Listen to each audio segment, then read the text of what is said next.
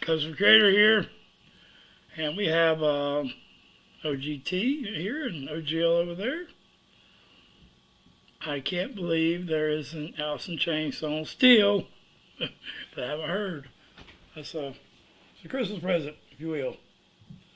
I think OGL said he is familiar with the song. And I actually have heard the song. It's been a while, though, so I think I remember a line from the chorus.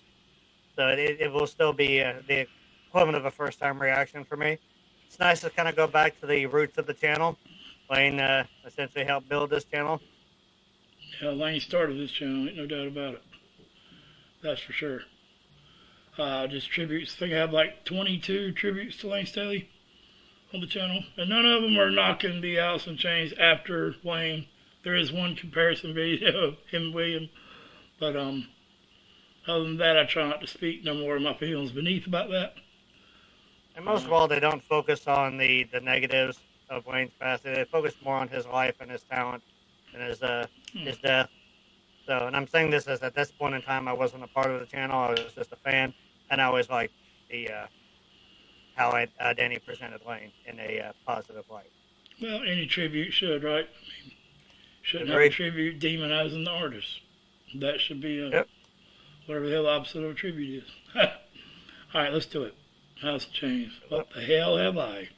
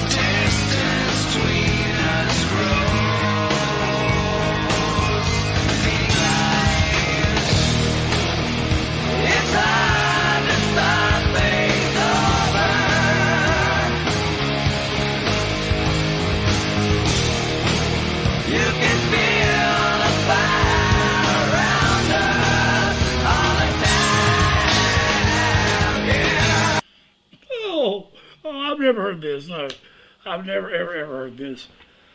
The frown Lane's voice there in the beginning, and the fact that I don't have lyrics is a really screwed up thing there. So, pause for station identification. We'll be right back, and I'll read the lyrics, then we'll talk about them afterwards. But I want to know them as I'm hearing it. All right, sorry. All right, so they're really short. I don't think you'll go with me, but the face before me flies, laughs at me inside. Mask are made to hide the glow, shining eyes. Distance between us grows, feeding lies. It's hard to start things over. You can feel the fire around us all the time, yeah. Something I should say, it takes you every day. What you give is not alive today. Your soul served on a plate, thrown away. It's hard to start things over. You can feel the fire around us all the time, yeah. It's hard to start things over. Same thing. Same thing. Yeah, love it, man. What the hell have I? Led Ray. Love it. All right, sorry. We'll get back to it right now. Actually, let's just start that thing over. What did you just say? It's hard to start things over?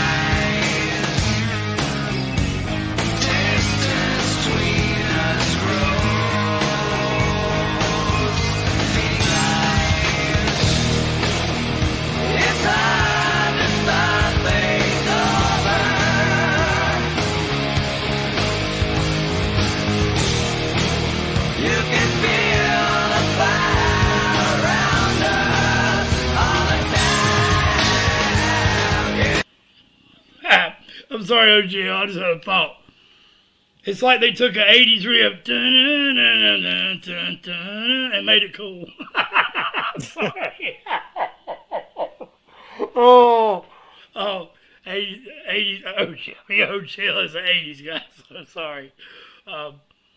But he's opened up a lot, and I found out there's a lot of cool songs in the 80s. I thought that was a cool little thing there. it's actually, it has a 70s vibe to me. I think maybe it's the sitar in the background that, giving it kind of like a psychedelic feel.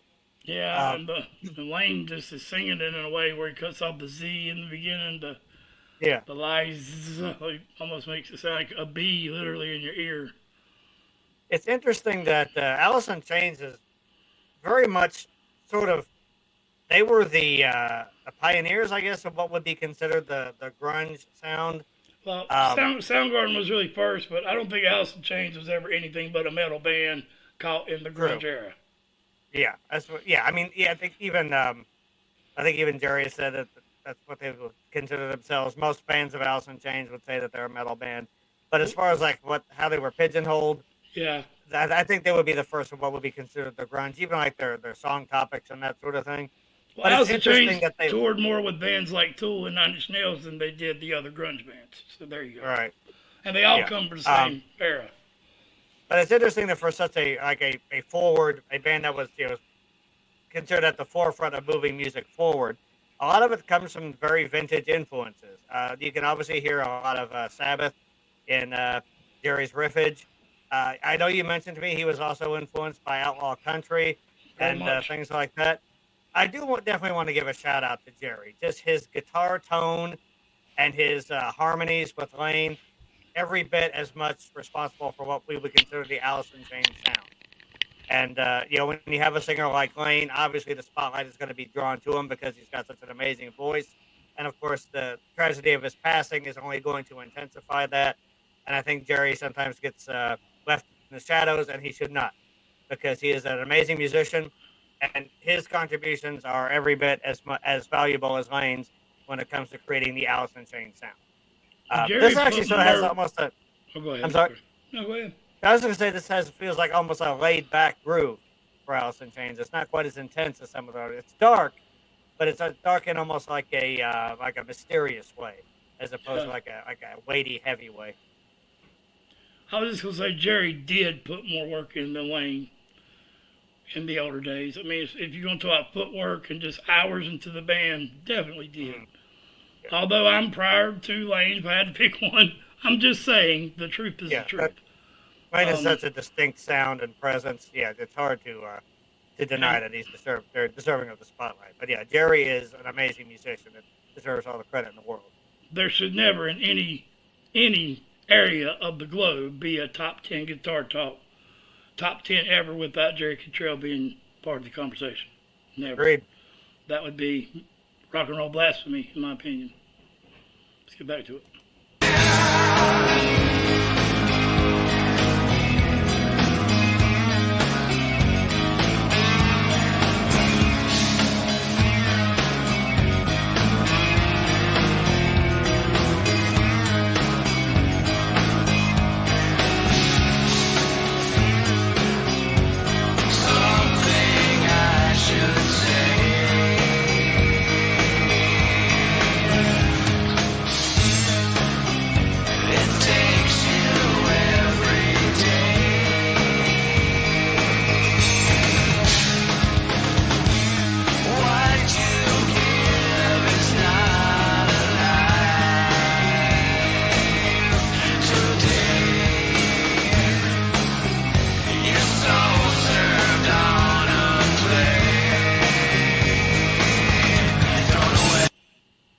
Sorry, with all the dark lyrics there, I'll give us a bright spot to look at. Mike Onez, who is in the band by this time, it's After Star, and Lane, and Jerry, and Sean are four of the most humble guys I could ever point out in any kind of fame industry, let alone heavy metal or rock and roll. Sean is just an awesome guy. He's so funny. Him and Lane, from what I understand, had their own kind of private relationship Not saying they wasn't all a bond, just they had their own little relationship on the side. Maybe, of course, Mike Starr and Lane too, total different kind. But the fact that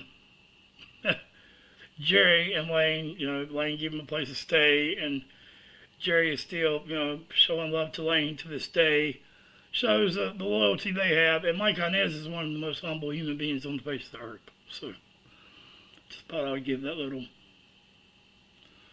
I don't think I've ever heard anybody say anything bad about the members of Alice in Chains as far as their personalities. And that's good to see. It's it's a business that can sometimes bring out the worst in people. So it's good to see that they were still true and loyal. I did like this lyric. What you give is not alive today. Your soul served on a plate. Throw it away. So it's the groove is laid back, but the lyrics are definitely still Alice in Chains. One thing I was finding kind of noticing, you were talking about how Lane's voice almost sounded like a bee. He's got that very pronounced nasality to his sound. He also tends to close his diphthongs early, which sort of adds to that hum, and that honestly kind of resonates with the sitar as well. I think that's a cool kind of sonic texture that they have. Not sure if that was intentional or just sort of like a fortunate occurrence. But it's very cool. Lane was not a Shade Tree vocalist. I mean, he was taught by the same man from Silent Lucidity. What's the singer? Queen Driver. Him and Jeff Gate had the same singing coach. Yeah. Yeah. So Lane was a trained vocalist by all means. Yeah. He had a lot more to him than people give him credit for on the vocal side of things. And I think check out Ring Them Bells. Yeah. Check out Ring Them Bells with the Wilson sisters if you want to hear another side of Lane's voice. It's amazing. For all you that haven't heard it, I'm sorry, I interrupted. Go ahead. Well, I'm lost now. It's all right though. But,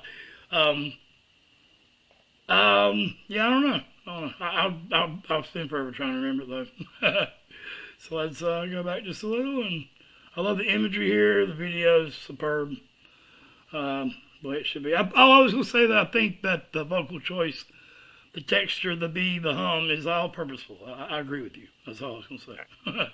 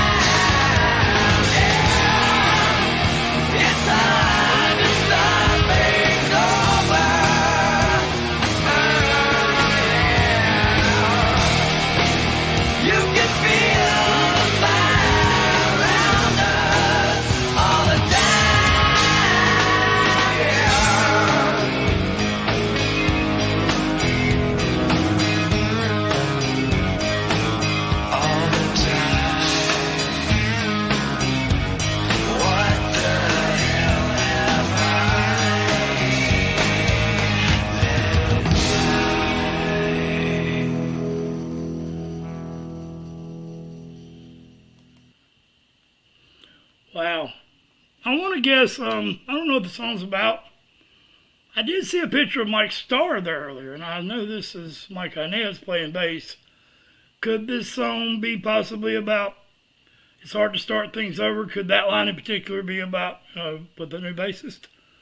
I don't know. You guys let me know, because I don't know why, unless we're just adding some Mike Starr imagery in it, out of respect. I don't think that's what the whole song's about, because there wasn't hatred there like that. I don't think it was that rough of a breakup, if you will. Um, I won't go into why I think. I don't remember exactly why Star left, but I'm just wondering, does it have anything to do with it? But other than that, man, great A, man, good shit. Love the song. I love the fact they don't say to the title till the very end. It's pretty cool. Yeah. I also I was thinking that I actually saw Alice in Chains live way back when I was, God, probably in my maybe 17. When a friend of mine from work took me to see Ozzy and the No More tour after the No More Tears album, and Alice in Chains actually opened for them. So that's an interesting combination of bands. But I always liked how Alice in Chains has this big, weighty sound with their guitars and their rhythm section, and Lane's voice just cuts through that effortlessly like a buzzsaw. And that's a combination between that very focused nasal sound that he has and just the raw power that he possesses. He, for such a skinny dude, he has one of the most powerful voices that you'll ever hear. But I love at the end when he said, "What the hell have I?" He actually lightened up on his sound and let some air in, used a breathier tone that he doesn't do very often. It's really made that sound very creepy, sort of unsettling. I thought that was a perfect way to end the song. Yeah. And I have I don't know if it's a good memory or a bad memory, but I had the experience of seeing Jerry Cantrell in 2002 open for Metallica in Charlotte. And now looking back on it, that was 2 weeks after Lane's passing. So only 2 weeks. I didn't know it at the time. I hadn't gone down that Alice in Chains rabbit hole that I have since then to come to maybe Lane being my favorite singer. Him and Maynard James Keenan, they're right there. And so yeah, I don't know if that's good or bad, guys. You can look up the concert. He covers a lot of Pink Floyd. I don't think he wanted to do a lot of Chain songs. He was just Jerry Cantrell. So open for Days of the I'm sure being on the road. Days of the New, Jerry Cantrell, and then Metallica. So, Charlotte, North Carolina. Okay. I'm sure being on the road was good for him because otherwise you don't want to just sort of sit at home and marinate in the bad emotions and that sort of thing. But I would like to have seen that because I would like to see Jerry, get a chance to be his own person on stage and get a chance to shine, get the spotlight on him for a change. Well, I would like to see more of it. I'm very unfortunate that it's very unfortunate that it had to happen because of that. But yeah, and when you said this was in early 2000s, 2002. Yeah, 2002. Okay. I was saying that I wish I'd have seen more of it too, Mr. Xanax. Doesn't allow me to remember it as well as I should have, and didn't have smartphones then, so yeah. Yeah. I don't have any pictures of that concert, but I was there. Yeah. All right. I like the song. It's heavy, psychedelic, moody, really very cool. Brings out a lot of conversation. So good. Yep. Much love. Mental health is real. We all struggle with it, I think, every day, even to the most extreme or minute levels. And we need to do something about it. Now, tell me how. I want to be a part of the start. I need people to join in with me and just bring awareness to this terrible thing. And yeah, love each other, man. Unity. That's what it's all about. Rock and roll. Remember how Lane lived and how he performed and how he sang, not how he died. Yeah. I guess I would say stop counting the days. Make the days count. 100%. Give the push. Yeah. OGT, OGL, howdy.